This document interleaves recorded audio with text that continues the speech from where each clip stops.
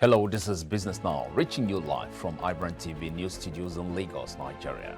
Coming up, President Muhammadu Buhari signs money laundering and the proceeds of crime bills into law. Nigerian Navy arrests 117 suspects, seizes 6 vessels over alleged theft of petroleum products. Analysts warn UK economy is at the risk of recession.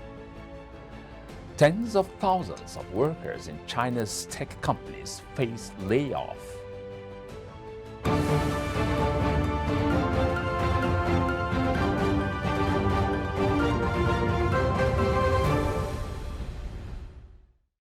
Hello again, and thanks very much for joining us. And here are business stories we are tracking at this hour.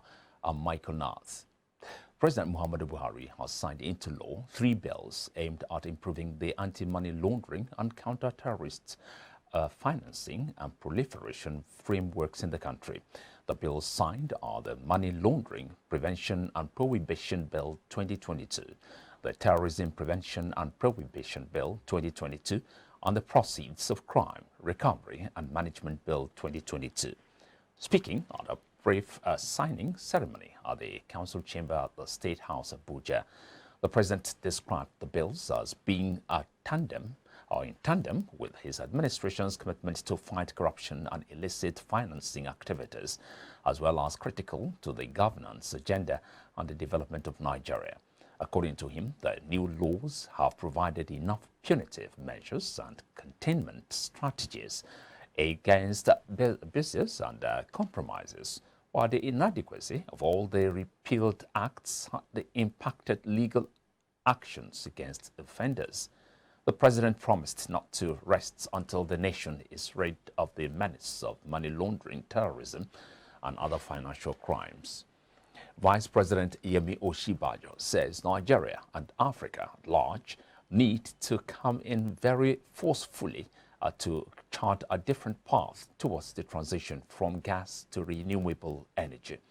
Osinbajo emphasized on the need to have access to energy, access to electricity, just to be able to survive and create industry for the millions of people.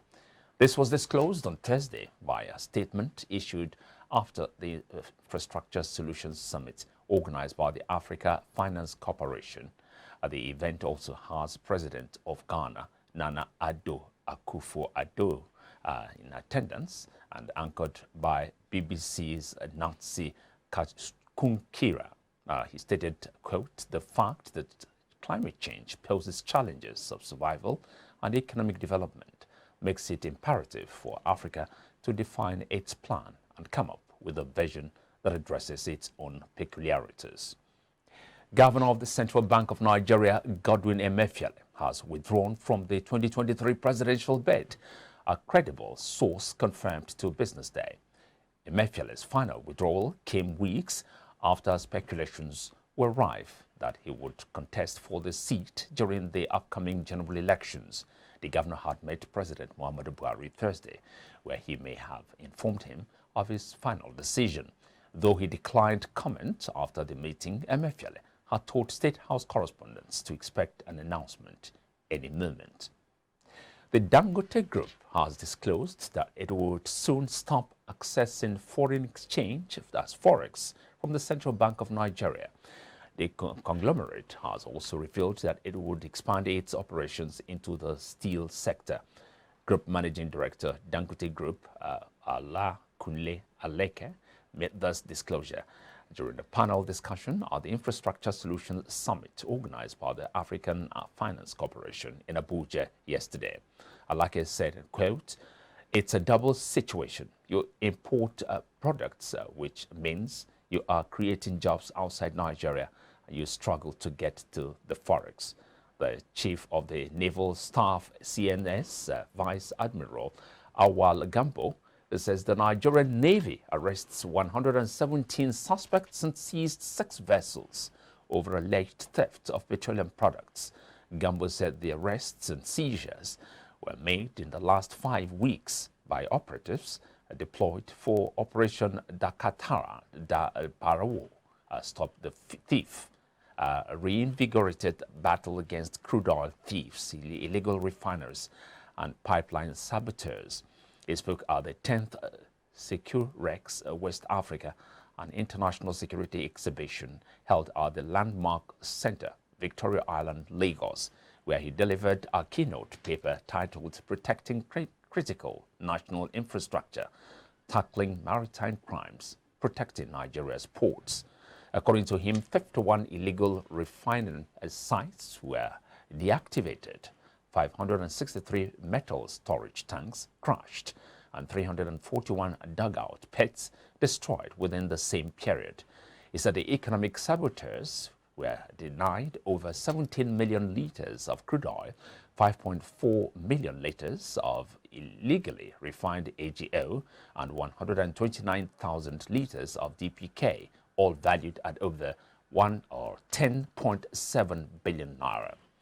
Despite spending no less than 129.084 billion naira on agriculture loans to farmers, Nigeria's agricultural imports continued to take an upward trajectory, hitting 2.7 trillion naira in 2021 alone.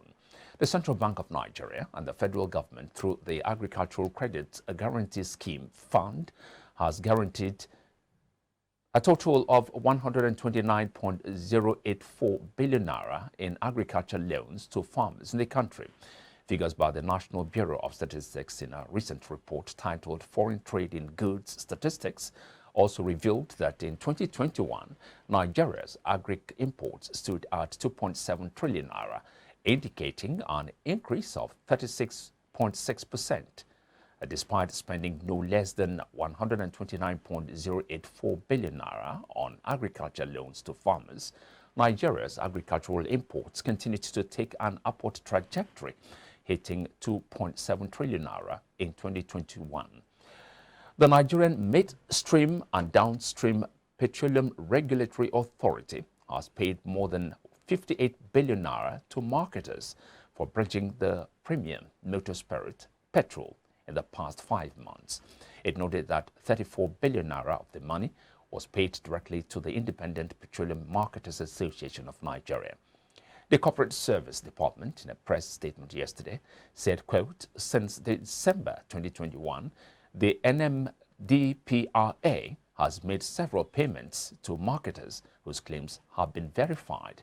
So far, over 58 billion naira has been dispersed to oil marketers, out of which about 34 billion naira went directly to members of the Independent Petroleum Marketers Association of Nigeria.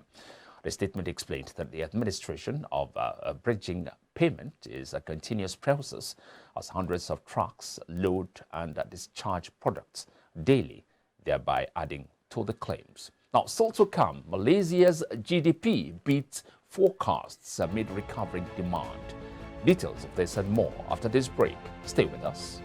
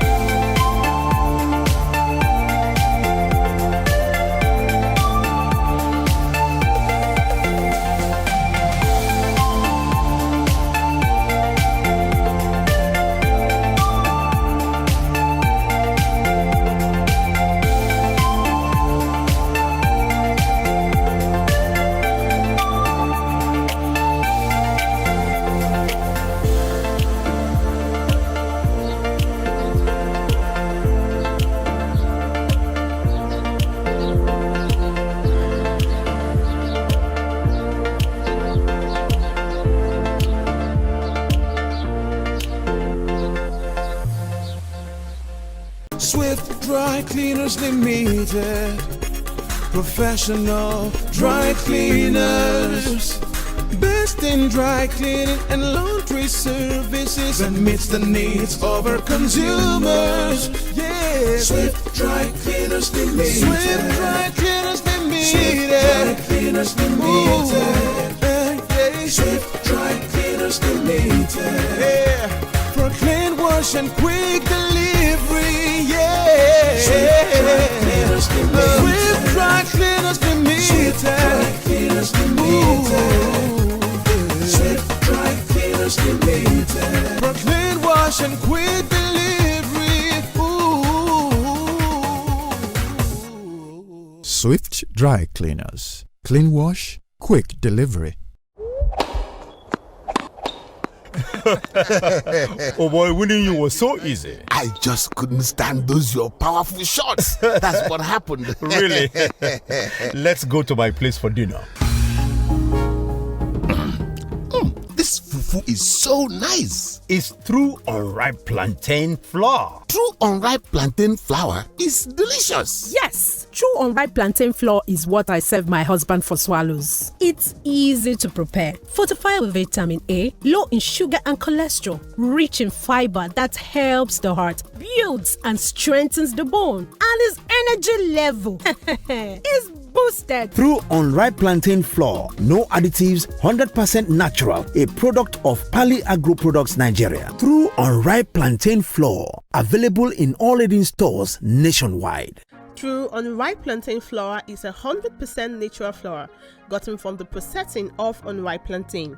It contains no addictive and has a net content of 500 grams. True unripe plantain flour contains vitamin A, B6 and C. It is gluten-free and rich in calcium. Consuming through unripe plantain flour helps to build and strengthen stronger bones and can be a great meal for diabetic patients. It decreases your chances of constipation as it has a high fiber content and provides you with a low-fat diet. Here are some steps to prepare your through unripe plantain flour. Firstly, mix through unripe plantain flour with hot water in a pot and gradually add water till you achieve desired thickness. Place over medium heat and turn very well for 4 to 5 minutes to get the right texture. Mold into a ball and place in a bowl and allow to cool. Serve with your choice of soup. Through unripe plantain flour can be eaten with any variety of soup, be it your ofe oha, ofe onugbu, begiri, ewedu, or your miyan kuka. To get your through unripe plantain flour, contact us at 12 Olowera Isheri Road by First Welder bus stop off Omole Phase 2, Olowera, Lagos, Nigeria, or call 070-6663-8213 or 081-6397-4447. Distributors are needed nationwide. The cosmetics and personal care industry globally generates an estimated annual turnover of around $400 billion over the last 20 years. In Nigeria, the beauty and personal care market could reach 3.2 billion euros by 2021, making Nigeria the rising star in sub-Saharan Africa. Products for hair and body care are predominant on the beauty market in sub-Saharan Africa, where face products and makeup remain marginal but have strong potential. Africa's largest economy clearly has a lot to offer. The Nigerian beauty and personal care market is currently worth more than $1.25 billion at retail and is forecast to reach more than $1.31 billion next year, according to Euromonitor International. It includes a wide range of products from skincare items to makeup and beauty items. These are items that predominantly appeal to women and men alike to purchase beauty products, even though men are interested in cosmetics. Nigeria has emerged as the investment destinations of choice to international firms aiming to capture the beauty and personal care market in the continent. The fourth.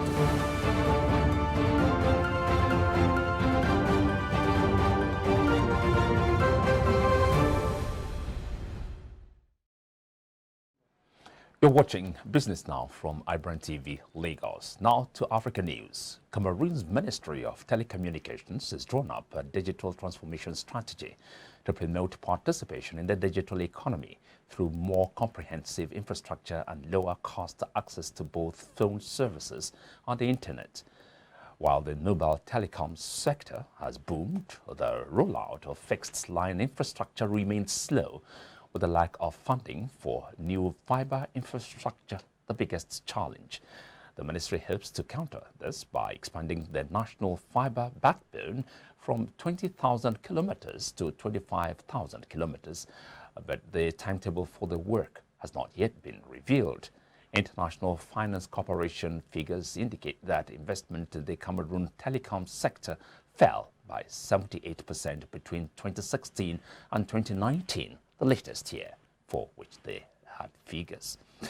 After being blocked Ugandan's sugar for over 3 years, Tanzania has had a change in mind and accepted Uganda's sugar into their market. This comes shortly after Tanzania President Samia Suluhu Hassan visited Uganda for a 2-day official visit on President Yoweri Museveni's invitation. The meeting, the two leaders noted the growing trade between the two countries, but also directed the responsible ministers to immediately remove any outstanding non-tariff barriers in order to fully harness the Uganda-Tanzania trade potential.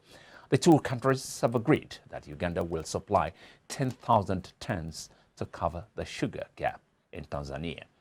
A fuel supply crisis has caused trouble for several airline operations over the past few weeks in Zimbabwe. On Wednesday, the Zimbabwean flag carrier Air Zimbabwe released a statement advising flight schedule disruptions due to jet fuel shortages.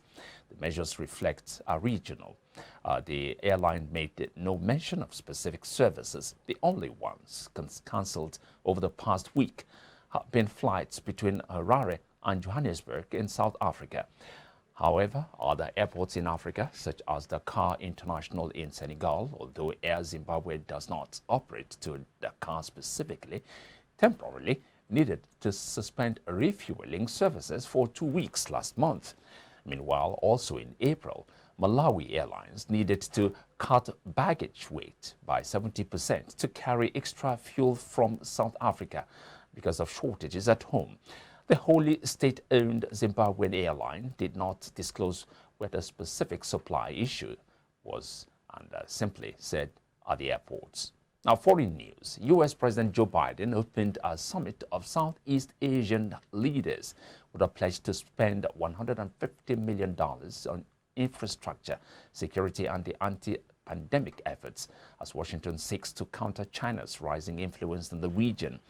Biden on Thursday kicked off a 2-day summit with a 10-nation Association of Southeast Asian Nations, ASEAN, in Washington with a dinner at the White House ahead of talks at the State Department on Friday. While Russia's invasion of Ukraine is on the agenda, Biden's administration hopes to demonstrate that Washington remains focused on the Asia-Pacific as Beijing becomes an increasingly powerful player in the region. China in November pledged $1.5 billion in development assistance to the ASEAN countries: Brunei, Indonesia, Cambodia, Singapore, Thailand, Laos, Vietnam, Malaysia, and the Philippines over 3 years to fight COVID and support economic recovery. The risk of a recession has risen, analysts have warned, after the economy shrunk during March just as the UK had recovered from the pandemic. Higher prices are beginning to bite, the UK statistics body said, with people spending less and cutting down on car journeys due to high fuel costs. The impact of higher energy bills in April has also yet to be seen. The economy grew by 0.8% over the first 3 months of the year, but in March it shrunk by 0.1% as people cut back. The main boosts to the economy came in January as hospitality and travel industries recovered from coronavirus pandemic restrictions. However, that came before the war in Ukraine and before households began to feel the pinch of higher prices. Tens of thousands of workers in China's tech scene are facing layoffs following Beijing's stock price hammering regulatory crackdown on private enterprise and years of aggressive expansion within the sector that analysts say left some firms overstretched. Nearly 73,000 workers were let to go between July and mid-April alone, according to research by TechNode, a media outlet that covers China's technology and startup scene. Later in April, lifestyle app Xian Hongxi, often described as China's version of Instagram, fired about 10% of its workforce. According to reports, Alibaba and Tencent, the two titans of the Chinese internet, are making plans to let go of tens of thousands of employees combined this year. Malaysia's economy grew beyond expectations in the first quarter, the central bank said on Friday, buoyed by recovering demand and a stronger labor market. Bank Negara, Malaysia Governor Anwar Syamsia Mahmud Yunus, said the central bank has factored in the Russia-Ukraine war in its projections, and growth in 2022 would be supported by continued expansion in domestic and external demand. Malaysia's first quarter GDP beats forecasts amid recovering demand. Gross domestic product rose 5% during January-March, up from 3.6% growth in the previous quarter.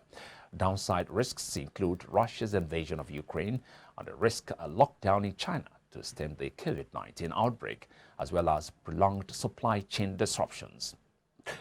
We'll go on a commercial break now. When we return, Perpetua will bring you more here on Business Now.